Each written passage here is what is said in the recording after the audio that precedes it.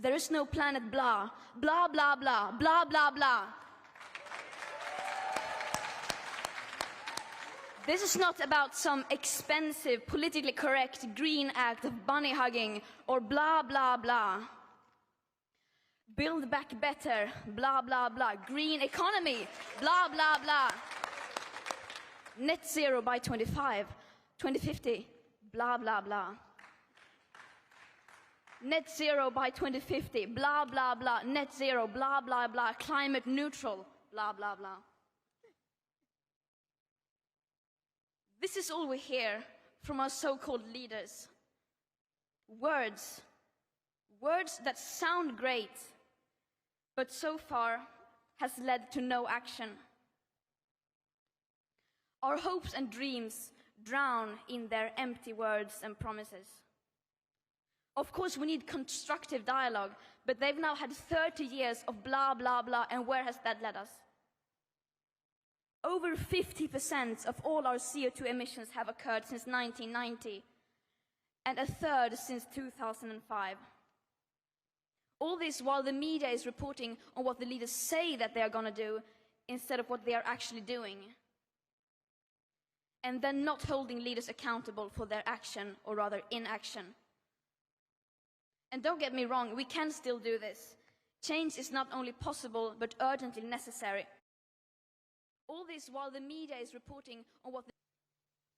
Right now, we are still very much speeding in the wrong direction. 2021 is currently projected to experience the second highest emission rise ever. Only about 2% of government recovery spendings have been allocated to clean energy measures. And according to a new report by the UN, global emissions are expected to rise by 16% by 2030 compared to 2010 levels. Our leaders' intentional lack of action is a betrayal towards all present and future generations.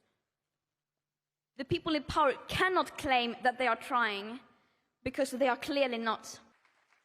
And the climate crisis is, of course...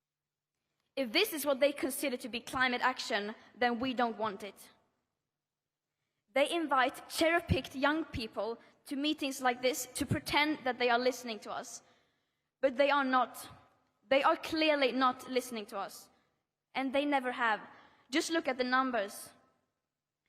Look at the statistics. The emissions are still rising. The science doesn't lie. But, of course, we can still turn this around. It is entirely possible. It will take drastic annual emission cuts, unlike anything the world has ever seen. And as we don't have the technological solutions that alone can deliver anything close to that, that means we will have to change.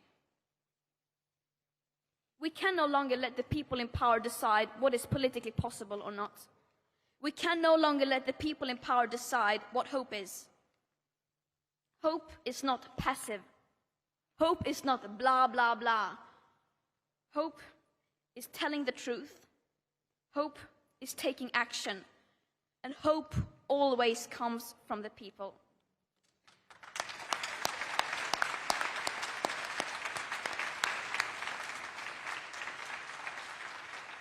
Did you hear me? What do we want?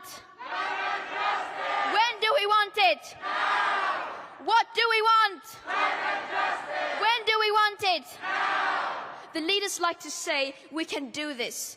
They obviously don't mean it, but we do. We can do this. I'm absolutely convinced that we can. But it starts with the people. It starts with facing the reality of the situation, as uncomfortable as it may be.